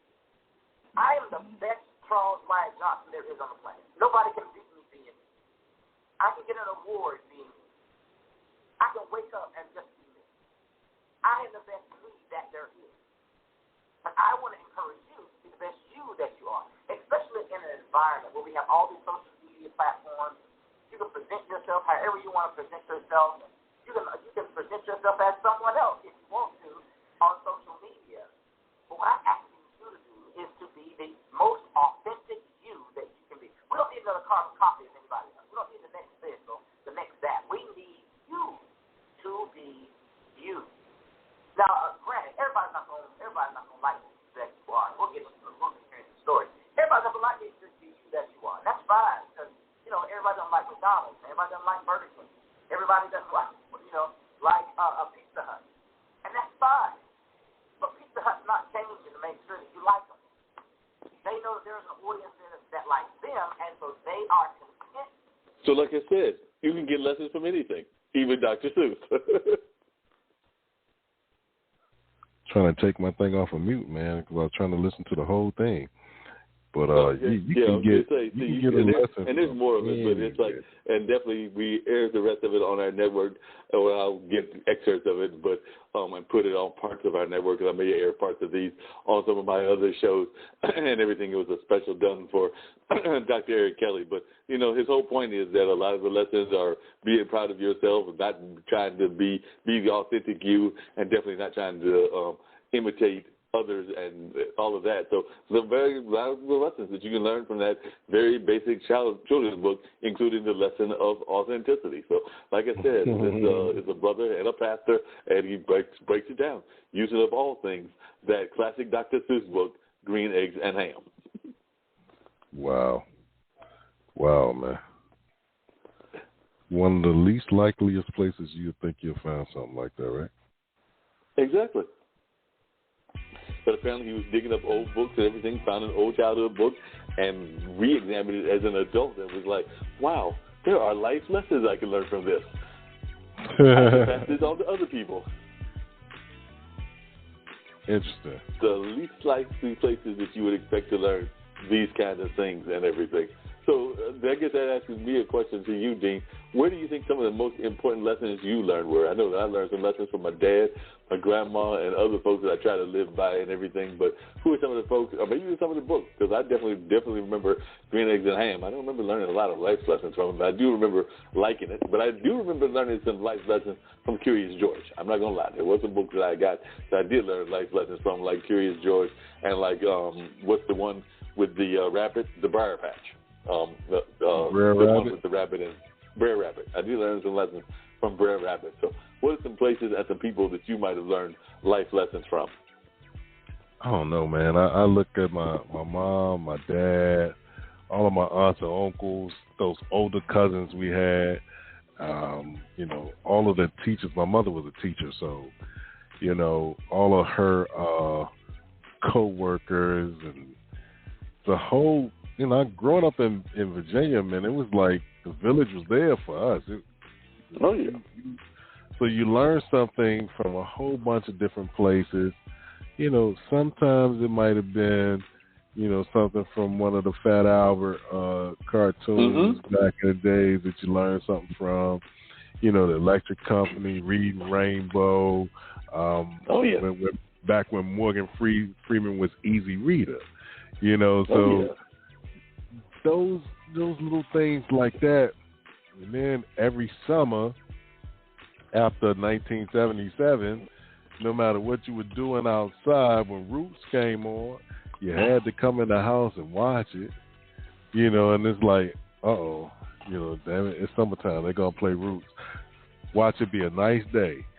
Sure enough, the sun's out. It's a nice summer day. And what do you hear? All right, y'all, come on in. Roots is about to come on. Like, dang. All right, but it made us into, the people that we are. And like I said, I'm lucky, man, because that village was there for us. You did something wrong, you not only had to worry about your parents, but you had to worry about any older adult that saw you act outside of character or outside of yourself, and they kept us straight, man. So, thank God for them, and then being able to pass the baton to us. So now it's our job to get the next generation, because we're going to have to pass that baton, and there's no room for the baton just to be laid down somewhere. So, and it's even harder now because in the age of social media and, everything's on TV now, and there's just a lot more, we have to be a lot more diligent in teaching, customs, traditions, ways of life. A lot of people, you look at social media and they have arguments about whether what they would say beatings, I say is old school discipline. And, without it, you got a whole generation of folks that thought they were friends with their parents and got a little free-spirited with it. And now they have to play catch-up or make-up, depending on what they did. So, And speaking of makeup or everything, I was watching some videos and everything. I'm having fun with this today since we don't have our regular guest. I was watching some videos, and there was a gentleman, I want to say it might have been in Georgia, and they were competing. They were competing for comedy. And we talk about the generations and all of that. They were competing for the title, but it was the father and the son competing against each other. I'm going to let folks check a little bit about this as well, because this is truly hilarious. I was watching it last week because it was a busy week with the expo, and I needed some laughter in my life. So I think that our audience will enjoy this as well. So you might want to put this on mute, because this might last for a few minutes, kind of like our musical beds. But I think that you will be dying chuckling, particularly when the kid comes up and competes, and we hear some of the American Idol people even calling them out and everything. But definitely this was a hilarious thing that was going on, where a kid goes up against his dad. I believe his dad might be in his 40s. So let's see if I can get to the video and everything. I'm Rich. I'm Gerald Kelly. I'm 53 years old. I'm from Atlanta, Georgia, and I'm a comedian. I've been doing stand-up comedy for 30 years, but I have still not gotten to where I want to be. Now, being a father, I want to continue to teach my children and never give up on your dreams. And my biggest fan is my 7-year-old son, Hunter. But tonight on AGT, my competition. My name is Little Hunter Kelly. I'm 7 years old, and I'm a comedian. I'm going to do a better job than him, and I'm going to win this. I love my dad, but sometimes my dad gets on my nerves. Oh, I forgot you were a baby. Yeah, I forgot.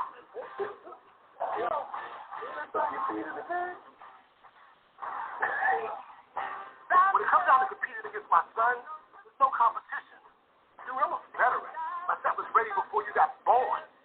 I'm going to win it real quick that time because I'm cute, that's simple, and I do have better jokes than him. How you feel about going on stage? Kind of nervous. Nervous? Yeah, because watching. Don't be nervous. You practice all your life for this. All 7 years.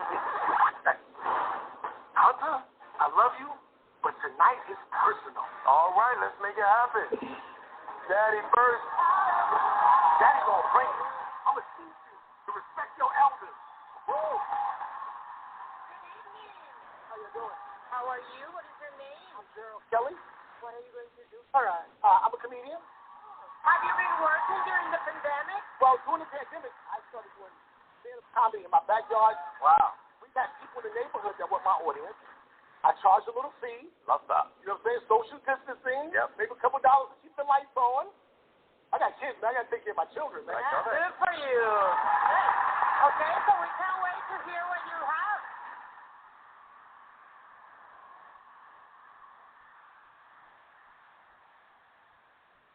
Any parents out here? Love being a parent. Certain things about being a parent I don't like. Like, I'm not the homework dad. You ever get your child's homework and just stare at it and make faces because you don't know it?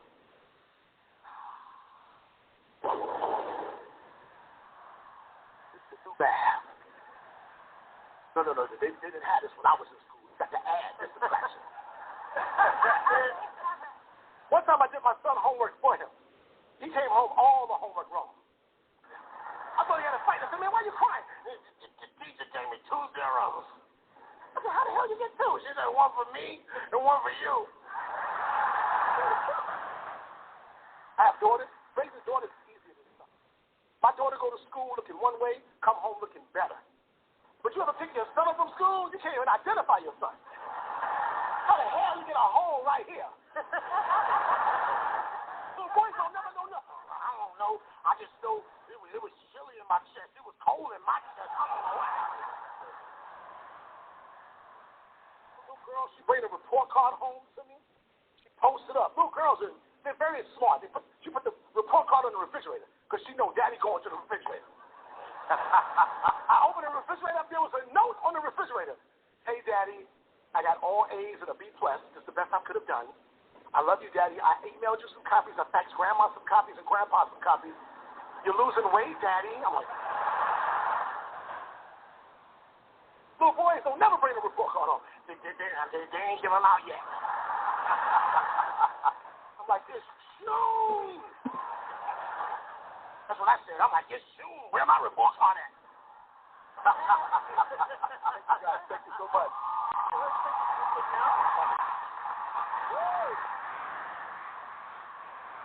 That was a lot of fun. I really enjoyed it. I want to know what the comedian here thinks. From the moment you walk out here, you're really likable.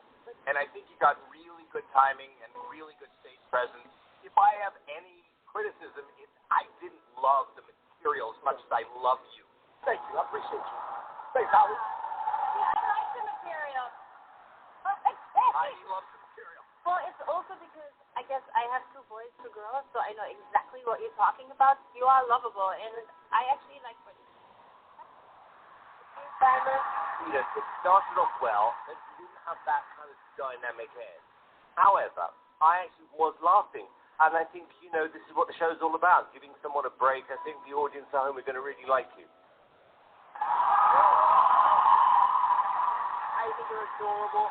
I think you can do this, and I'm going to be rooting for you. So I'm going to give you a yes. Howie. Yes. I like you. I'm going to give you a yes. $1,000,000% yes.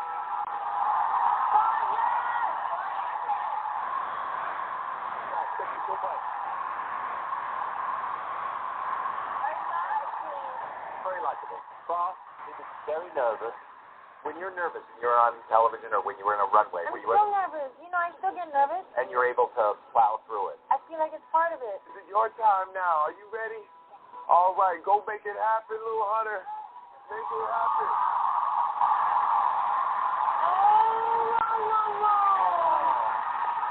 Who are you? My name is Hunter Kelly. Oh, my God. Is your dad Gerald? Yes.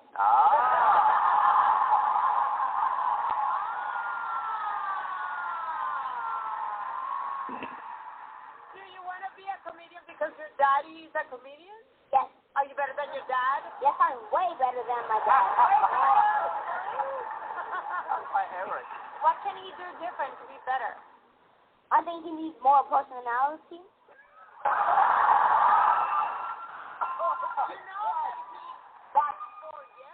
I mean, he got 4 yeses because I I hope. Oh, got it. Oh, my God, how old are you? I'm 7 years old. And you know already that you're adorable? Yeah. Oh, my God. Okay, we're ready for you. We can't wait. Okay.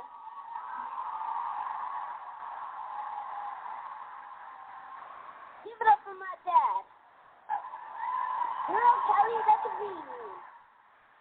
I love that dude. But he's a loser. Why? Oh, my God. I'm 7 years old, and we have the same job.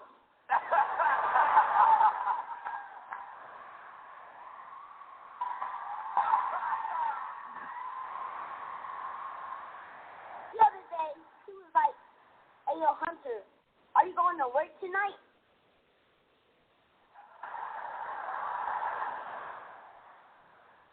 You going? I'm going.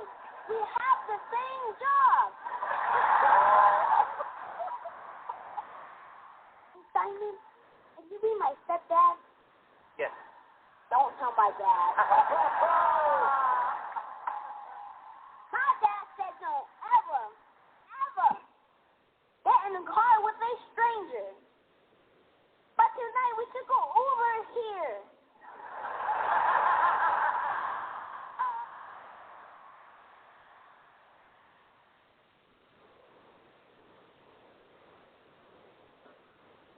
My name is Hunter Kelly.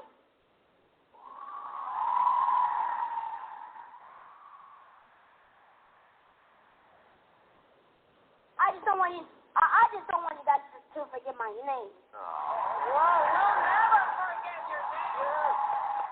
So my dad is a comedian. I guess you're wondering, who is my favorite comedian? Who? Kevin Hart.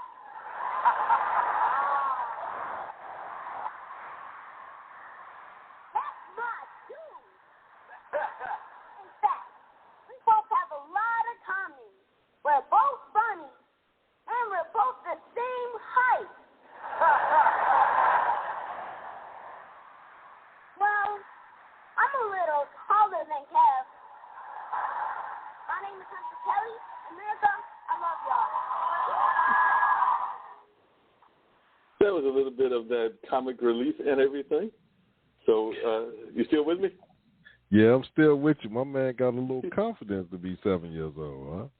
Girl, he got some confidence to be 7 years old and all of that. And like I said, his dad was hilarious, but homeboy got a lot of confidence. I'm wondering if you had any kids or grandkids that were like that had that kind of confidence just to come out there and rock it, and if there were any life lessons you learned from your kids. I know I sometimes learn just life lessons from my nephews when I get the pleasure of seeing them, but I was wondering if there were any life lessons you learned in your life. Patience. Patience. And I'll say that because, boy, there's been some times where, you just wanted to just go at them. But then you got to remember, they are but so old and they don't know how this world works yet. So you got to show them. You can't just have an expectation without a demonstration. So if you don't show them what you mean, they won't know what to do.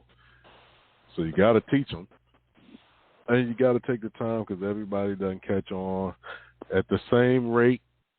Just because you caught onto it early doesn't mean your kids will, or your kids may catch on faster than you did.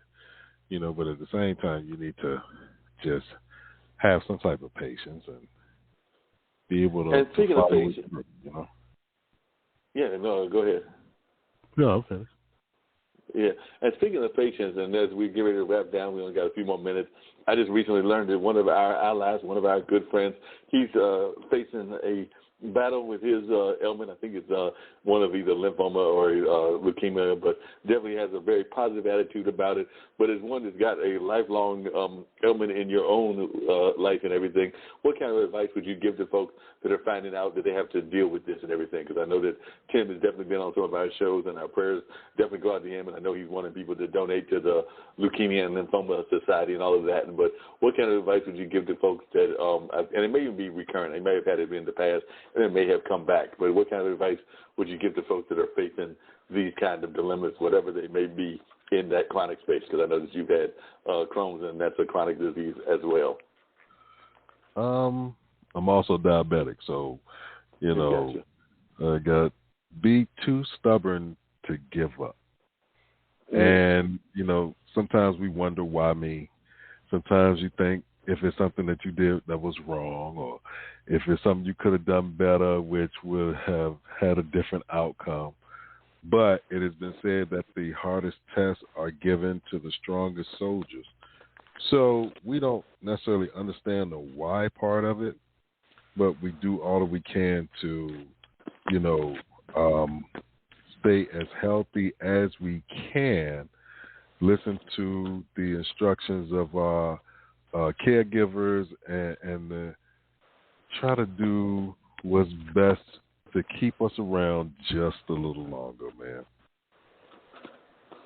Yeah, that makes a lot of sense, and that's kind of what people were trying to tell Tim. And actually, I know he was on Nancy's show, who's been on different things that we've been involved with as well, and also letting folks know that sometimes we don't even understand our own greatness and everything. That's one of the things that one of the sponsors for the Black Business Expo was talking about, because they were having this, one of our running sponsors was a group called Genius is Common, which is basically about this whole idea that we all have genius in us, and it may not be the super smart genius, but we all have a talent, and we need to honor that talent and all of that, because he's got a whole movement, a whole YouTube movement, the guy Bruce George does, and he's got all kinds of people on there from all over the country, and I would argue probably all over the world, because I know he's got, I think, one of the ladies from Black Lives Matter, one of the organizers of that gives testimony, Antonio Fargas gives testimony, Bill Duke gives testimony, Nikki Giovanni, a cook, a chef, I forget where he was out of, but he was actually at a picnic that he was given when he was giving his testimony about his genius.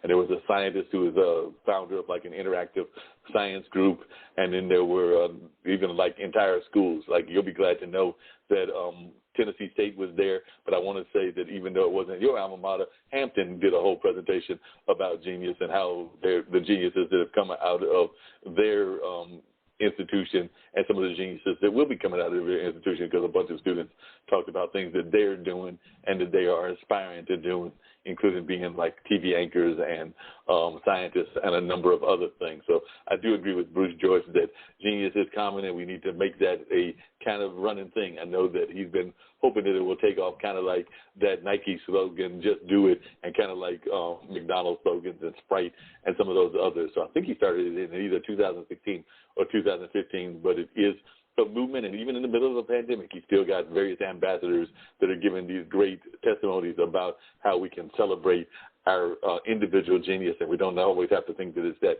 1 or small percent that have got the quote-unquote super smarts, because we all have a talent in one sort or another, and we just need to celebrate that talent. So that's what the Genius is Common movement is all about. Before we wrap up, what are your thoughts about that, about the fact that we've all got a talent and we need to celebrate it on a regular basis? Well, you need to find out what it is, and then once you find out what it is and what it is you like to do, then you work on, making it better, or fine-tuning what needs to be fine-tuned so that it's a positive, But it takes time. Agreed. Yep, agreed. By the way, if they go to YouTube and they type in Genius is Common, he's got like some 528 videos from different celebrities. And like I said, we were airing some of them during the Black Business Expo, but they include everything from Leslie Green to Amberly Booker to definitely even had some of the last poets. They gave their Genius is Common testimony as well. So definitely some great testimonies, most of them because they range anywhere from a few seconds to as much as whole multiple minutes and all of that. So definitely that's one of the things he's doing is let folks celebrate their talent and share their talent with the world. So definitely I was glad to meet and have the pleasure of meeting Bruce George, and hopefully we'll get Bruce George to come on the show. I know I've reached out to him and definitely want him to come on and share a little bit about this movement of his. And apparently he is a quoteologist, because apparently he knows tons of quotes and is able to just break down all kinds of conversations with the various quotes that he has had the pleasure of knowing and all of that. So like I said, he's a quoteologist and definitely has some great things that he shares with his public through these quotes and all of that. So as we're going to try just one last YouTube, and this is not one that I downloaded, so this will be a new one even for our other listeners. But here is Danny Simmons. Years ago, Bruce George and I created Death Poets, and that was, and some of my geniuses ability to write, really came, but really, the ability to look into the heart and soul of our community and try to figure out how we can bring people forward and help us rise. And I appreciate Bruce giving us to talk about how common is all within all of us. Love y'all.